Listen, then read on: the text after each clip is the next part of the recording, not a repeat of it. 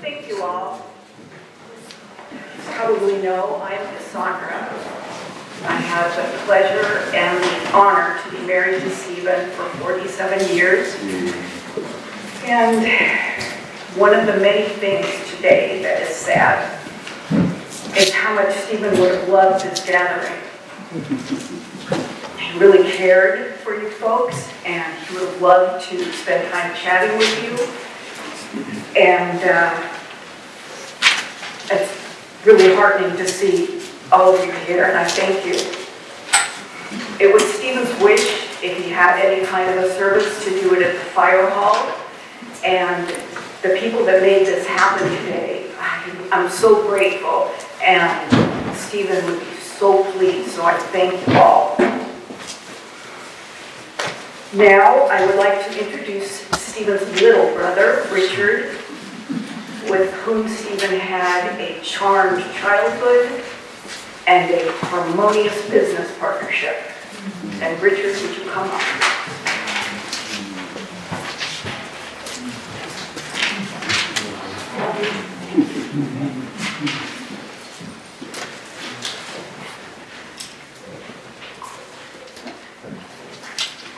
Montana in March. Since it is likely true that during the wintertime in Montana, the weather is more of a determinant of attendance at a memorial service than the stature of the man being honored. You can understand my earlier trepidation about the possible attendance today. Yet looking out among you, I would say it's been affirmed that the love and honor you have shown for Stephen by being here is stronger even than a Montana winter. So thank you for this tremendous show of respect. This is the venue of Stephen's choice, and we appreciate you opening your home to celebrate one of your own. My family and I thank you for that. The service today will honor parts of two traditions. After my remarks, Stephen will be honored with the traditions of the firefighters for whom he held such high regard. My family and I are humbled by this honor to be accorded to Stephen. That was very important to him. And perhaps there will even be a third tradition as well, with a sip or two of scotch with the Swan Lake cigar and whiskey. I will begin, however, with the tradition with which Steve and I were raised, the Jewish tradition. But before talking about my brother directly, I want to express for myself and on behalf of my wife Evie and our entire family and so many friends our overwhelming gratitude to Cassandra. Her invaluable companionship and partnership, her love and devotion, her kindness and tenderness to Stephen throughout their many years of marriage, that would have been enough. Or as we say, dying. But the care and attentiveness to Steve's ever-increasing needs these past couple of years has been beyond what anyone had the right to expect. There's no doubt that Cassandra's care and nurturing both extended Stephen's life and made his additional time with us a quality that he and us could appreciate. So Cassandra, from all of us who loved Stephen, we owe you an everlasting debt of gratitude. Thank you from the bottom of our hearts. I will start my few words, relatively speaking, about Stephen by focusing first on one word. It's a Hebrew word, the word simcha. Simcha is typically, although inadequately, translated as joy, which would seem an odd word with which to start a eulogy. Well, at least for someone you love. I believe you will agree, as I further define this word, that it in turn defines much of my brother's spirit. Simcha is joy shared. It's a social emotion. Simcha is a joy of being together. It's the exhilaration we feel when we share, when we participate, when we communicate in the truest sense of the word. Stephen lived to share. He considered himself so blessed, and it was his unquenchable desire and truest pleasure to share those blessings with others. He did not believe that tomorrow was as good as today for Simcha. If there were occasion for celebration, he embraced it. If there wasn't an occasion, he created one. As Evie, my cousins Eileen, Fred, Jan, Dee, and the beautiful and loving generation that follows us. God, we're blessed.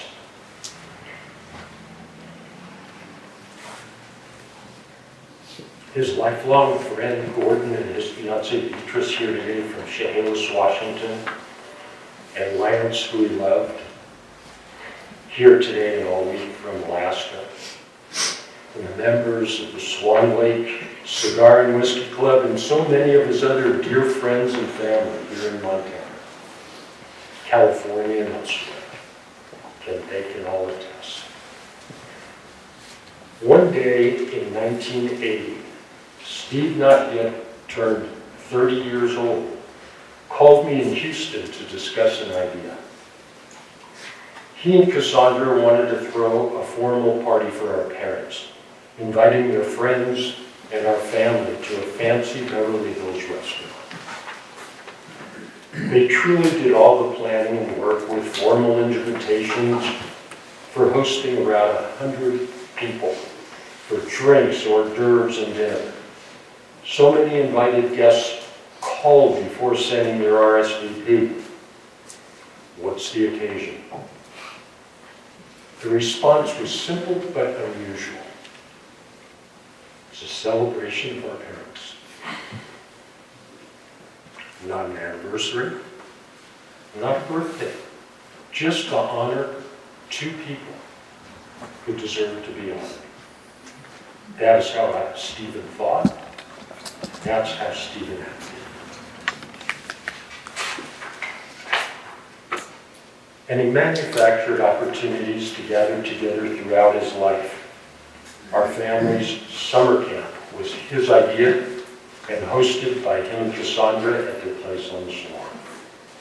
He was so enthusiastic about Montana that he had to share what he had found here.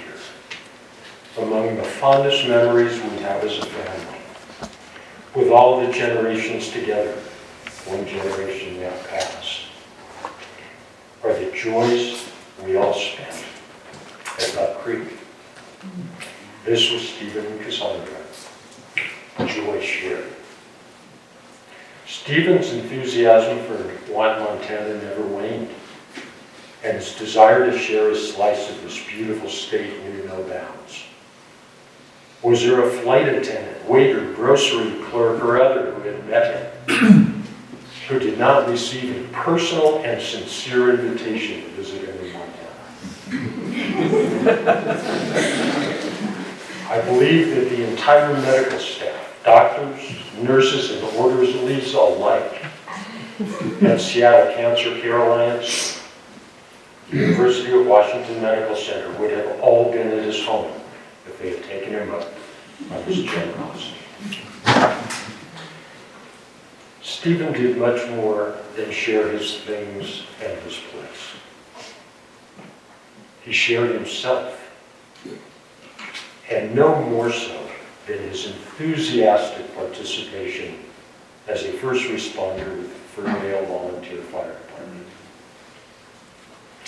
In our tradition, we have a saying from the sages that the door to Simcha, the door to joy, the door to happiness opens outward. And this community, and in this community, Stephen swung that door as wide as it could be. He loved the community and those of you with whom he served. He said, "It is you who make America great." While he seldom informed me of his specific work, he was always bragging about the dedication and work of his fellow volunteers. I must admit, however, at the risk of you rushing me at me here at this moment, that from time to time, I was less than enthusiastic about his participation as a first responder. And I can tell you exactly when those times were. I would be on the phone with Stephen, discussing some real estate or financial transaction, and all I could hear in the background was that unrelenting crackling and cacophony of the scanner. I was not a fan. I must tell you, though, that Stephen had his priorities right.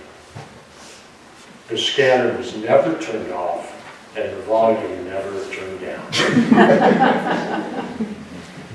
So while Stephen gave of himself to the community, and should be honored for such, as he is here today by your attendance, I dare say he received at least as much as he contributed. As his brother, I thank you for adding so much meaning and richness to Stephen's life.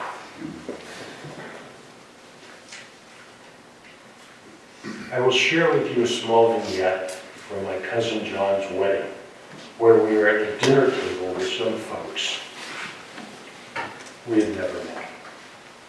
Of course, my brother interested his new friends, and it wasn't long before the couple was speaking, he was speaking with received an invitation to Gumpert.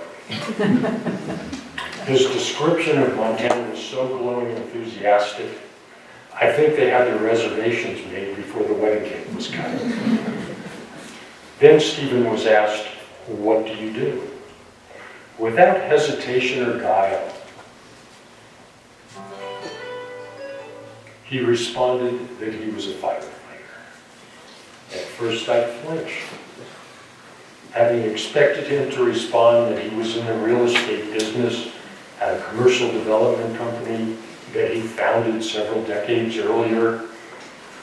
But soon I realized the beauty of his answer, although I must admit, as his business partner, I didn't realize it real soon. But it was true. That is what he did. His work here in Montana was what he did. Stephen believed at his core that he worked to live, not lived to work. And while he had tremendous loyalty to his company and deep affection for our employees and colleagues, the work in a business is by and large contractual.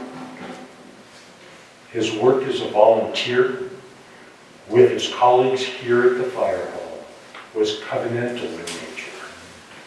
It was based in loyalty, mutual respect, honor, responsibility, commitment, selflessness. Those values, a covenantal commitment, can never compete with a contract, and shouldn't. I want to share now a few personal thoughts of Stephen as a brother.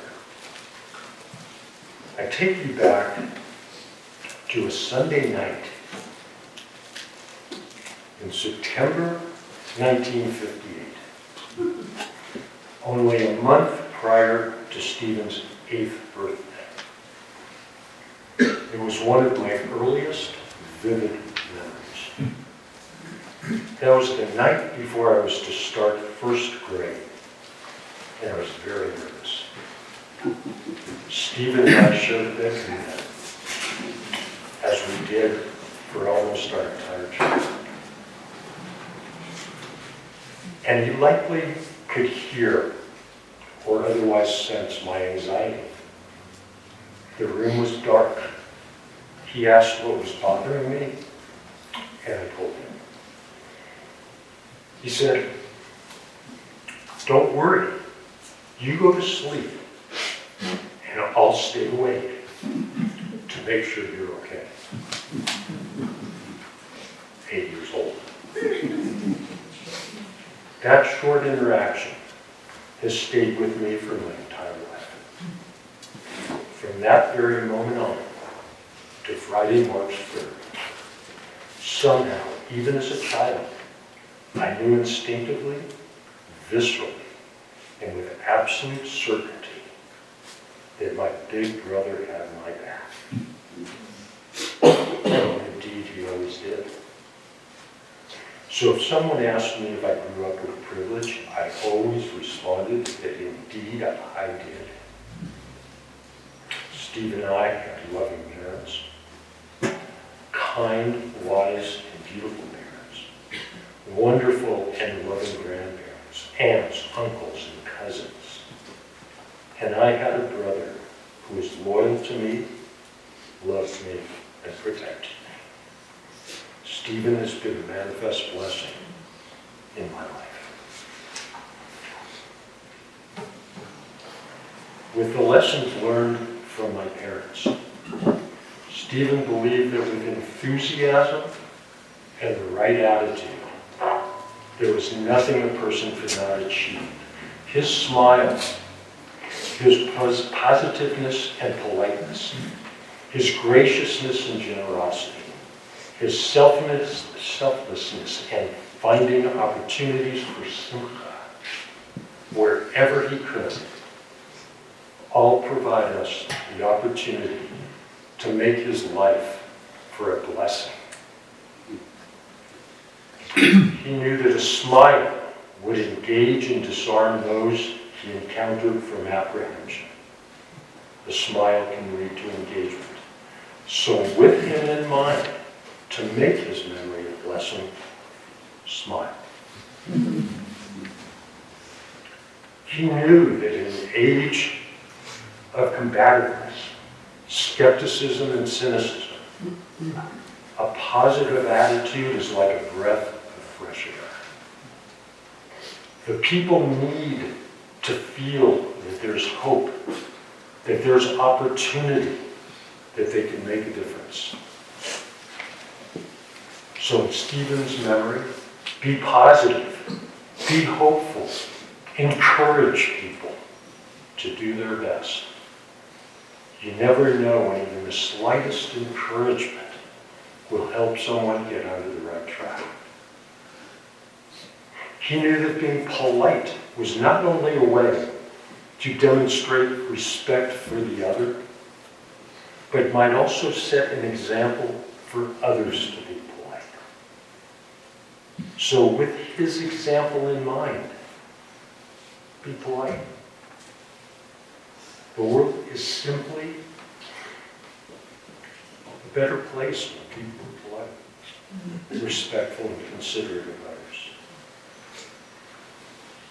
He was gracious and generous with his things, and of himself. he gave to his family, his friends, his community. So in his memory and by his influence, to make his life for a blessing, give of yourself graciously to benefit those you love in your community. And giving today creates the opportunity to give more tomorrow. Stephen will remain in our midst so long as we incorporate into our lives those things that we love to give. I know you're a hospitable group, so before we recite the Kaddish, an ancient Jewish prayer mourners recite for relatives and close friends who have passed, I want to end with the following request. Over the years, I've been introduced to many of Stephen's friends. They always share with me what a wonderful brother I have, which I know. And what an engaging, bright, considerate, polite, generous, nice person he is with such a wonderful smile. Then, after some time, meaning well, I suppose, they say to me, "You're so different from your brother."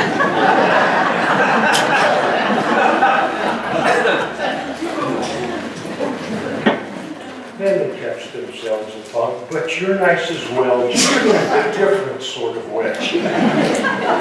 So pleased today, no comparison. We have supplied copies of the traditional mourner's prayer, the Kaddish. The word Kaddish means holy. With the transliteration of the Hebrew text and an English translation.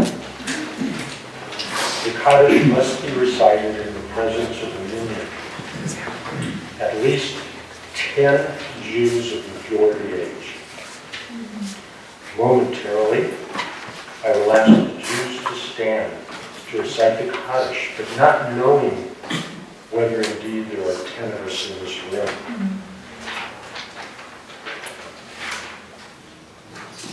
And not wanting to forego reciting the Kaddish. If there's anyone here who will stand with us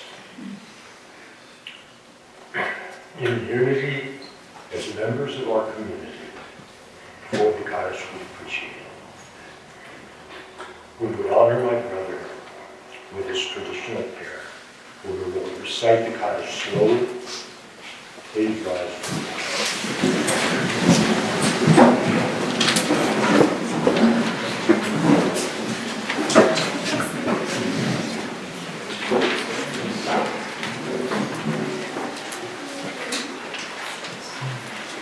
Yitgadal,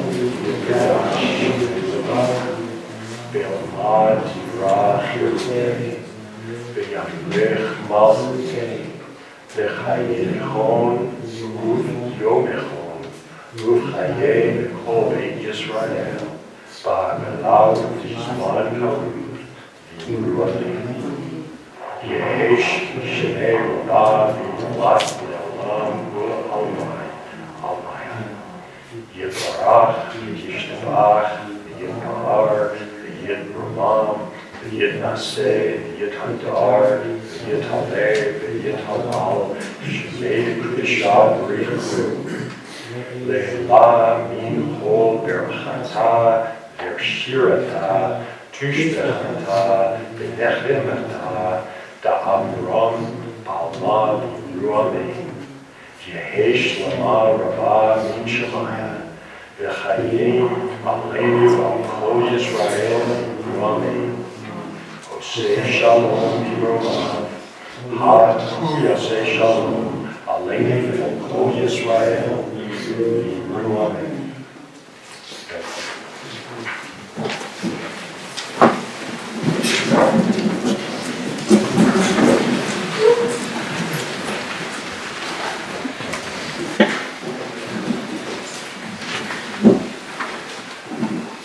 There are a few people that prepared a few words to say about Stephen from different areas of his life. And right now I would like to call on his childhood friend, Gordon Gumpert, whose mother was Stephen and Richard's mother's very best friend. So Gordon, if you would come up, I'd appreciate it.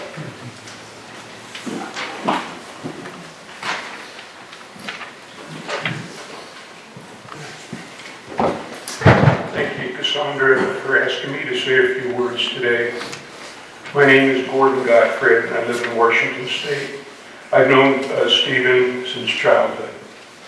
There is an old saying that you can pick your friends, but you can't pick your family. In this case, when our family moved out from New York and settled in San Fernando Valley in Southern California, the friends that we met in Elaine and Gil Gumpert and their sons, Stephen and Richard, became our family immediately. Our mothers talked on the phone almost every day for over 50 years. We took family vacations together and celebrated holidays together. We played together as a family, and we prayed together as a family. Our families were always surrounded by each other for the joyous occasions or challenging times or grief. Richard stated to me recently that there should never be a Gumpert funeral without a Gottfried in attendance, and vice versa. I've known Stephen the majority of his life. I believe he was 6 or 7 years old when we first met. Stephen was a good son, a good brother, a good husband, and a loyal friend to all. He had a great sense of humor and loved to tease, especially his mother and my mother, who were very easy targets. The biggest honor I could bestow on a friend is to ask them to be your child's godparents. Stephen, Cassandra, Richard, Evie are the godparents of my 3 children. My children are blessed to have them, and my youngest daughter, Kira, is named after Stephen and Richard's mother, Elaine. Talking to my children this week, they all found beautiful memories about time they spent together with you, Cassandra, and Stephen. Cassandra, when you and Stephen moved to Montana and I lived in Alaska, I realized that distance means so little, and friendship means so much, and memories last forever. Stephen, may God bless you, and God bless you, Cassandra. Richard and Evie, and may God give you strength at this time. Stephen, give my love to Elaine, Gil, Gladys, Henry, and try to remember all Uncle Joe's jokes so you can tell them to me when we're all together again.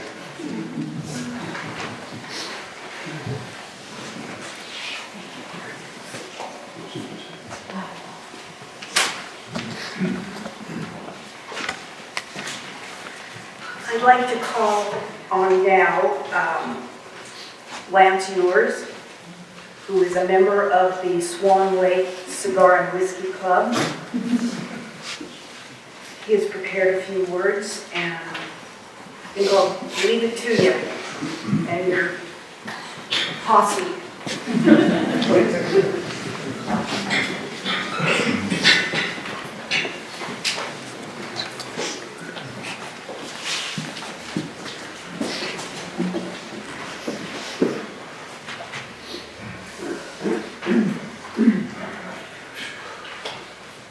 Hello, my name is Lance Ewers. This is Tim, Jonathan, Steve, and Mark. We are all proud members of the Swan Lake Cigar and Whiskey Club, of which Stephen was the founder. We will all cherish the memories of time shared with Stephen Gumpert. For me, Stephen was a mentor. Stephen Gumpert was a great man. What made Stephen a great man was how he lived his life. When I try to explain to people why Stephen was a great man and how Stephen lived his life, I start by explaining a little bit about being a Montanan. I've been a law enforcement officer for 23 years, and I know there are 2 different policing styles. The LAPD style is their motto, protect and serve. The other style, which Montana subscribes to, is the serve and protect style of policing. It's not my job as a law enforcement officer to protect you. I'll work with you and I'll work for you. But in Montana, you have to learn to protect yourself. In most places in Montana, the emergency response time for a 911 call for help is 30 minutes and sometimes more. Montana has a culture of personal responsibility, and Stephen thrived in this environment. Stephen was highly proficient with multiple different firearms. His favorite was the Benelli shotgun. Stephen enjoyed shooting, and he loved being a firefighter and an EMT. Stephen Gumpert had a servant's heart. He used his strengths to help other people, and that's admirable.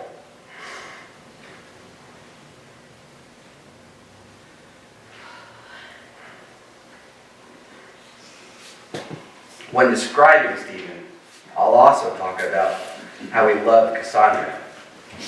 Stephen and Cassandra cultivated a wonderful marriage. Stephen understood the fragility of a relationship, and together, through richer and through poor, through sickness and in health, through the good times and the bad, Stephen and Cassandra were married for 47 years. Stephen would often tell people that Cassandra was his rock. The way Stephen loved Cassandra and Cassandra loved Stephen is also admirable. I learned a lot of legacy lessons from Stephen. My favorite, which I taught to all 5 of my children, came from Stephen's father. If you ask any of my children, what are the 2 words? They will tell you. Attitude and enthusiasm. A man could have a good attitude or a bad attitude.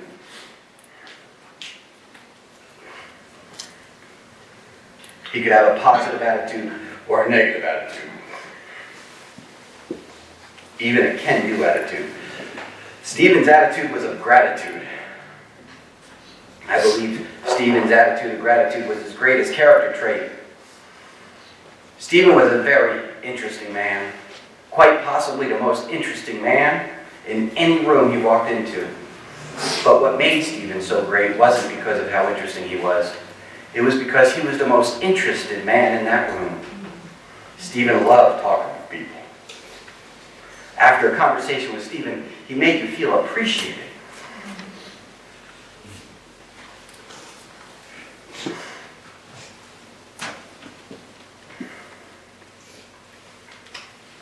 Stephen was a warrior, through and through, never a victim. Gracious and kind to his last breath. Stephen's last visit to the hospital is a good example of what a selfless and humble warrior he was.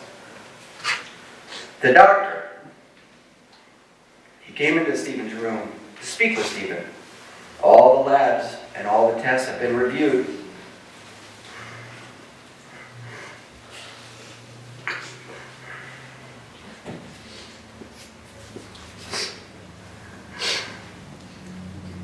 The doctor explained to Stephen there was nothing else that could be done.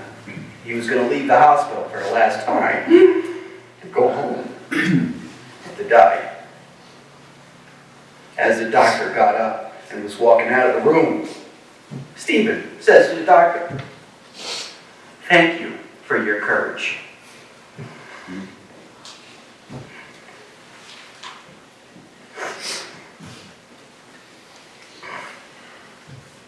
There are special people in this world who never leave us even after they are gone.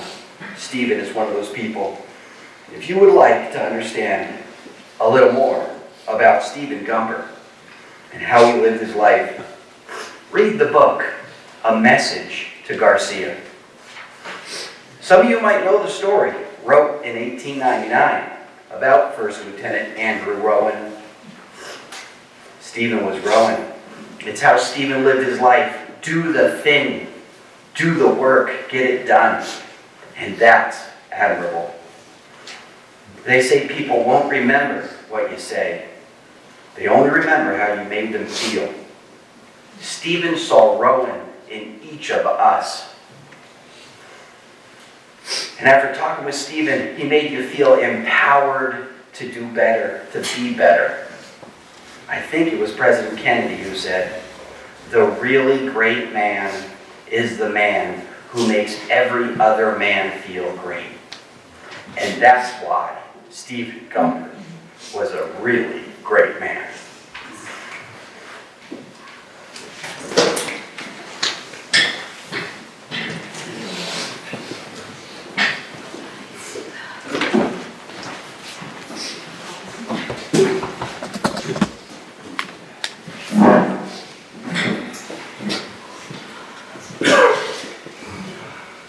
Okay. I would like now to call on Stephen's cousin, Fred Fisher, the tallest of the cousins, to prepare a few words. And I will say, Stephen at 6 feet was the shortest cousin. As we had 6'7", 6'5", 6'2", 6'3", 6 feet. He wasn't so little to me now. Fred, would you like to come up and say something?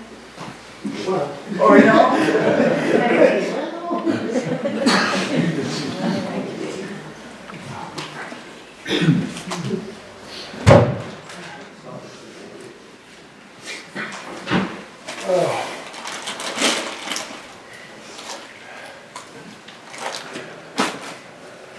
Richard, Joshua Paul.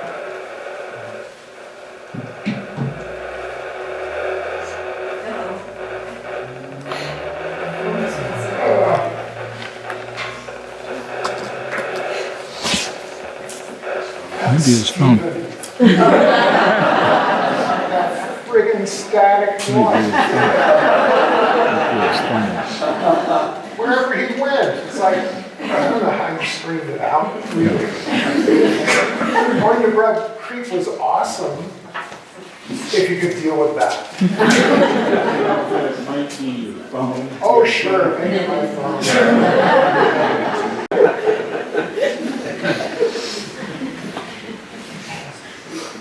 I'm his little cousin, by the way.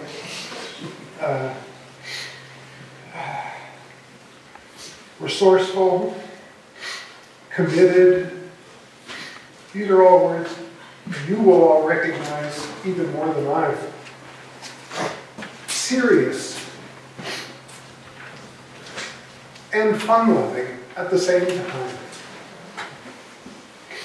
Family-oriented and opinionated. Our family gatherings, they were not, oh, jeez,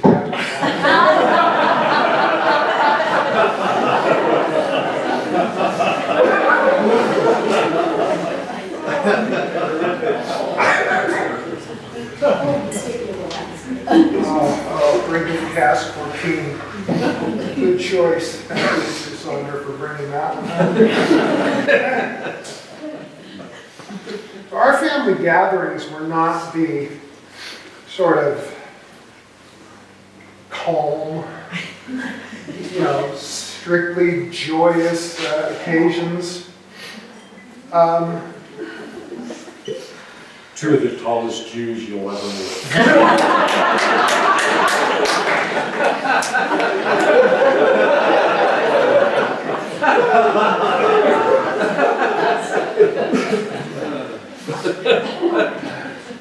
Is this thing on?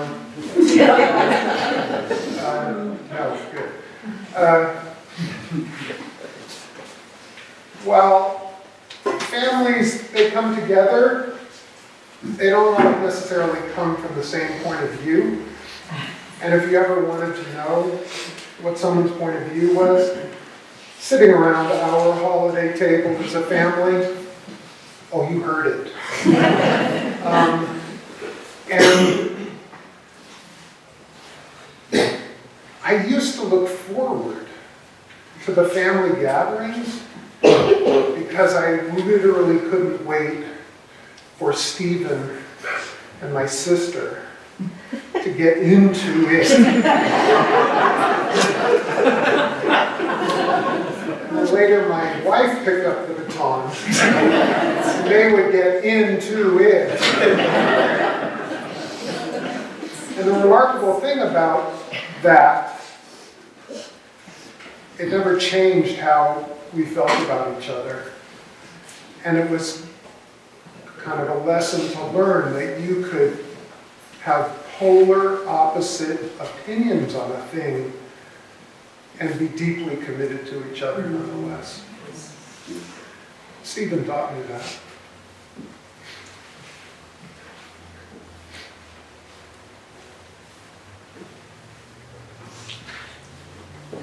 Stephen was excited by redundancy. I don't think I've ever described a person as excited by redundancy. If one flashlight is good, 10 are certainly better. I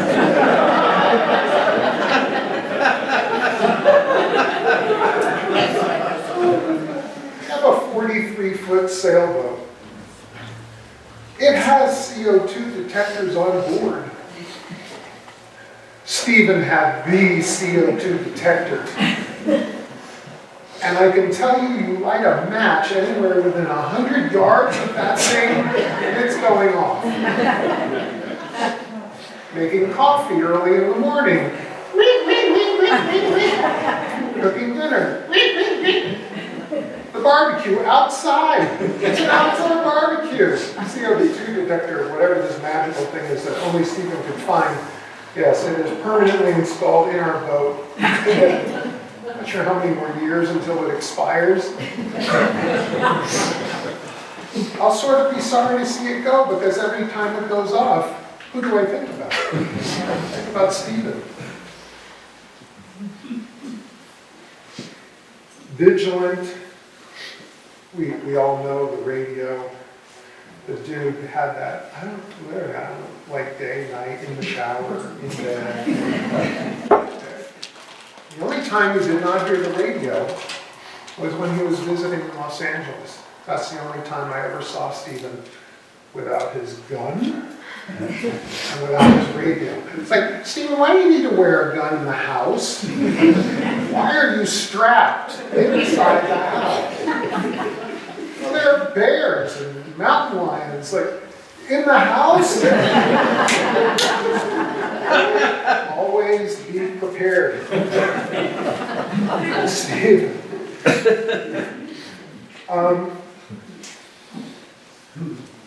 Enthusiastic, supportive, generous.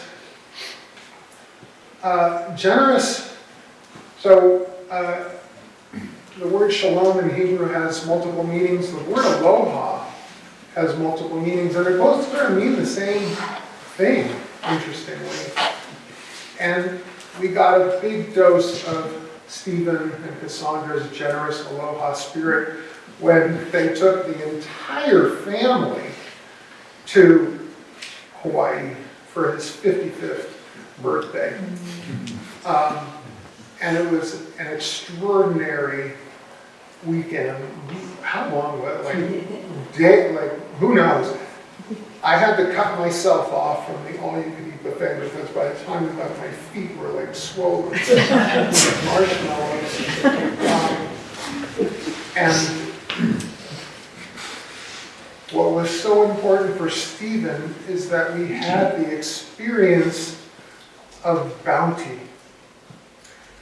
The seafood buffet on the beach wasn't just because it was a great thing, it was because it was a reminder of the bounty of our family and the gatherings that we had and how much our parents would have loved this and how much my dad would have loved an all-you-can-eat seafood bar.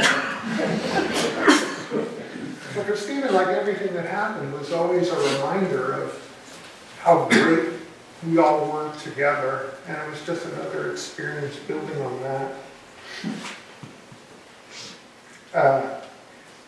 Excellent taste in whiskey and cigars.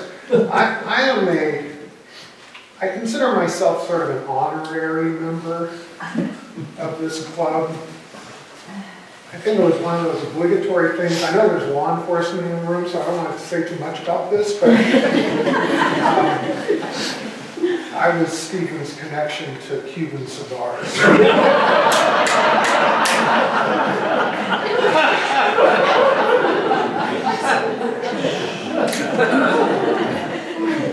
Enough said.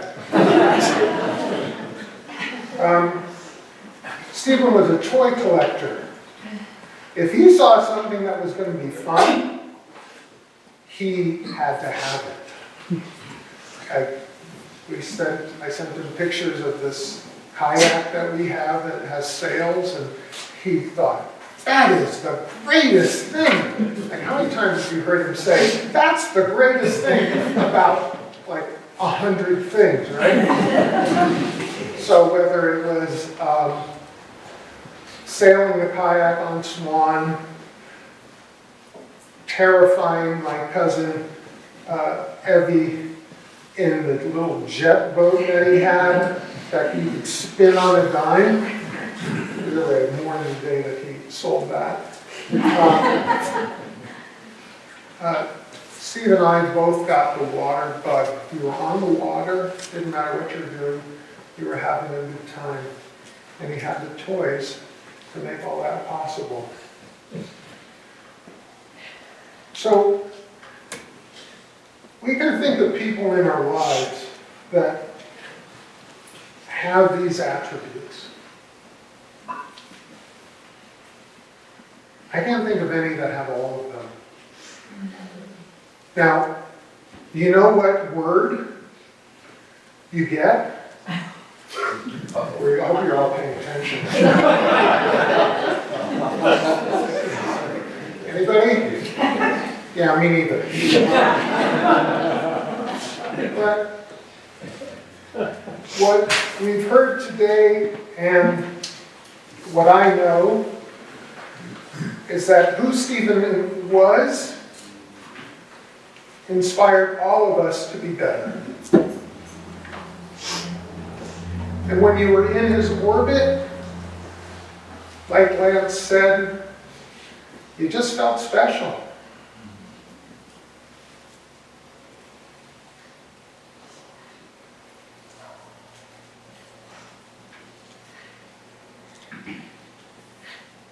His memory will be a blessing for all of us.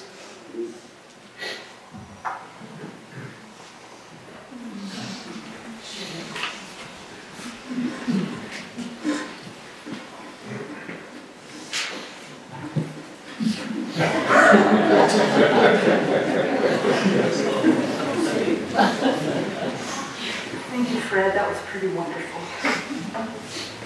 I'd like to introduce now Stephen's chief and Ferndale's former chief, Ken Shar, who is going to say a few words, and they'll introduce the current chief for ceremony.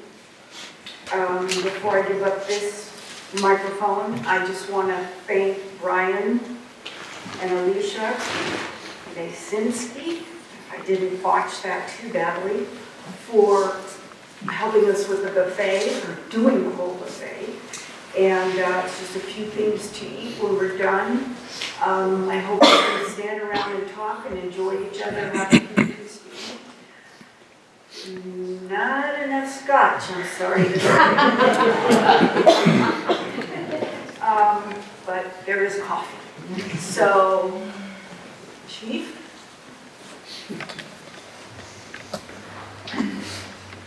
Stephen loved this man. Thank you.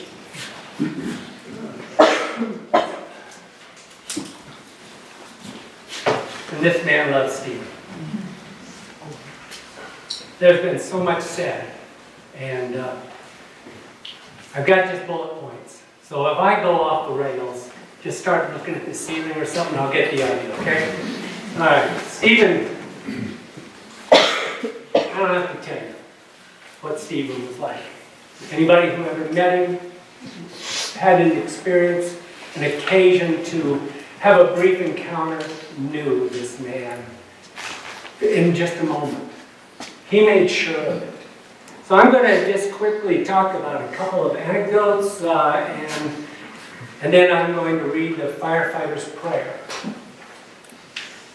When Stephen came into the fire station with an application in his hand in 2001, I gave him the customary joke that we all do. He said, can I submit my application here? And I just reached over and grabbed his wrist right here and I said, yep, you got a pulse. We'll accept it. So, we still do that today. Along with going out and count the lug nuts on the truck. But anyway, he had more than a pulse. He had a heart that when he figured out that this is something he really wanted to do, he was all in. He took classes. I mean, he got his EMT certification. He got an incident safety officer class, a highway safety for emergency personnel class. He did a wildland fire safety class. Can I get the gist here? He was all into safety. He wanted us to be safe. And when I approached him, and when our current safety officer had left and retired, I said, Stephen, would you mind being the safety officer? Oh my, it was all in again. And he went back and did another session of fire safety officer. And I told some of the other guys in there, oh gee, no. He's not gonna let us do anything. We're not fun anymore on the fire. And I said, no, he'll do all the right things. He'll do what needs to be done. Because you want to go home at the end of the day. And I want you to go home at the end of the day. I want you to be able to spend some time, more sunrises and sunsets, as Bill Tidwell would say, with your family. And one of the things that stands out to me was he and I both got summoned to be in jury duty down in Polson. And we were sitting together there, and they got the people up front, and they finally filled the jury box, and I elbowed him and I said, Stephen, we just skated through this week. Well, then they said, and now we're going to pick an alternate. And I'd already appealed to the judge that because we had so few daytime responders, and you got two of us sitting right here. It didn't go any good. So anyway, I get picked. My name is called out to go up front and be grilled. And Stephen jumped up right away and appealed to the judge that he said, this man is more important than me. He's wrong. But that's what he said. He said, let me take his place and he can go back into our district. And she thanked him for his sincerity, but said no. I guess he got picked as alternate. She said, Chief, take your place right over. So then we recessed for right away, and we had a couple of hours, and Stephen says, let's go have a bite to eat. So we went on down, and if you know about Polson, there's this fine little Mexican restaurant down there. We went in there, and then I saw another wonderful thing about Stephen. A young man came to wait on us, and Stephen made a point of finding out his name. Find out how long he's been doing this. He loved interaction with people. And I was, why haven't I not done that?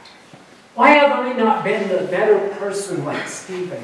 Why haven't I stepped out and done these things? Stephen told me not a lot of stories. but he told me stories about his brother. And you could tell he was so proud of his brother.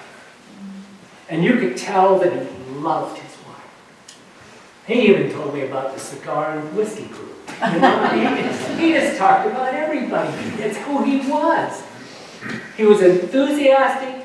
He loved the fire service. He loved being available to the community. And I know I'm not telling you anything you don't already know. He was complimentary to just about everybody.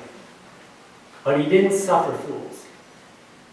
And I made it my point not to be one of the latter. You know? I tried really hard. This radio is up here because at one point it was time for us to get some different radios. And there was a process going on with the county and a federal grant. Well, we did our due diligence and was testing the radios. And we would test them out, and we just kept going farther and farther out and seeing which ones would carry the best, which ones had the ability to noise cancel and all of the other things. And this is what came up with. And I'm sure many of you know much more about this process than I did. But that was one of the things that Stephen wanted to make sure got done. Because he was up on the mountainside, and he could hear our conversation from this radio. And he said, I'm in. And he started a mail-out campaign, and I'm sure many of you were involved. And we now have a number of these in the firefighters' hands thanks to all of you. They are a wonderful radio. There could be better, but this is the one that Stephen loved. This is the one that I love, and therefore I guess maybe he loved. But anyways, thank you, because it made life a lot easier. We could actually communicate down the highway where we couldn't before, and clear down to where Stephen and Dominic and Carolyn live, and it's just, it was just a really great thing. He was all in, as you know he can be. So, there's a prayer that was written out, and it's in a poetic form, and it's called the Firefighter's Prayer. And if you are involved in the fire service, you should know this. If you have never read it, you should read it. You should think about what it says there and how important it is, this job that we do. There are literally thousands upon thousands of individuals who do this in a volunteer status. And there are 10-fold or 20-fold more who would never think of doing this. And it goes like this. When I am called to duty, God, wherever flames may rage, give me strength to save a life, whatever be its age. Let me embrace a little child before it's too late, or save an older person from the horror of that fate. Enable me to be alert and hear the weakest shout, and quickly and efficiently to put the fire out. I want to fill the calling to give the best in me, to guard my friend and neighbor and protect their property. And if according to your will, while on duty I must answer death's call, bless with your protecting hand my family, one and all. Thank you for listening.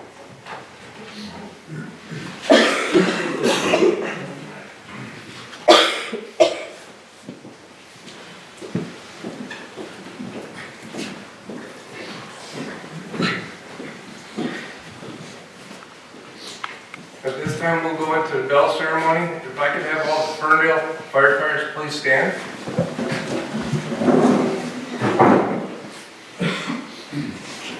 In the past, as firefighters began their tour of duty, it was the bell that signaled the day of the shift.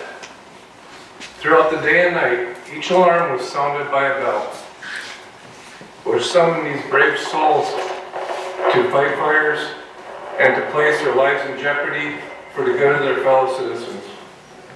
When a fire was out and the alarm had come to an end, it was the bell that signaled to all the completion of that call. When a firefighter had died in the line of duty, paying the supreme sacrifice, it was a mournful toll of that bell that solemnly announced a comrade's passing. We utilize these traditions as symbols, which reflect honor and respect on those who have given so much and who have served so well. To symbolize the devotion that these brave souls had for their duty, a special signal of 3 rings, 3 times each, represents the end of our comrades' duties and that they will be returning to quarters.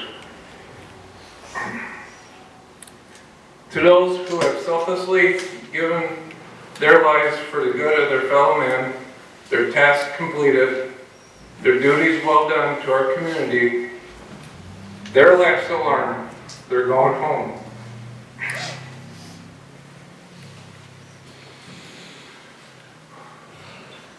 Safety Officer Stephen Gumpert service here on earth has been fulfilled.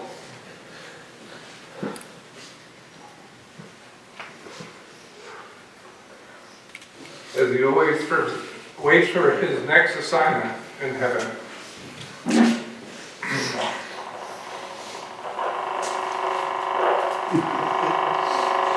Nice. All right, this time, fall firefighters to present arms.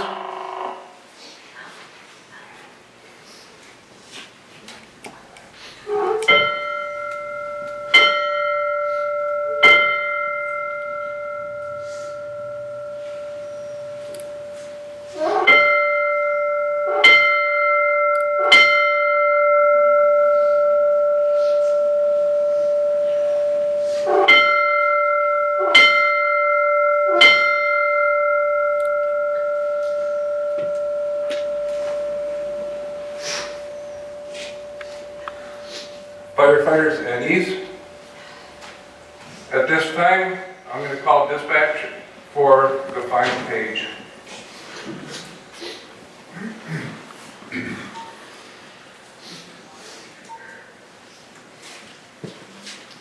Three, Ferndale 221.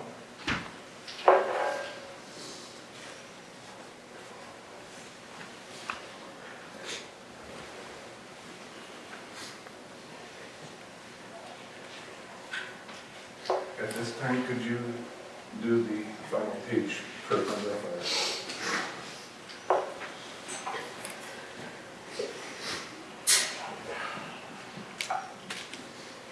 Hopefully we won't get too much feedback.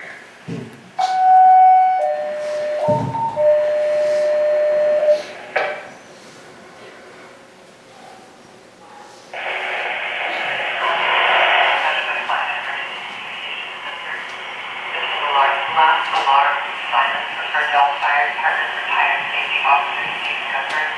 Retired safety officer Steve Gumpert answered his last alarm March 3rd, 2023. Served the Ferndale Fire Department for 20 years. He entered the department with no experience and in time became certified EMT. Certified fire plant, level 2 firefighter, and 8 safety officer. The Ferndale Fire Department is thankful for the service Stephen Gumpert has provided to its community and earth. Stephen Gumpert will be missed. As clear, 1513. Here, thank you, one copy. Thank you.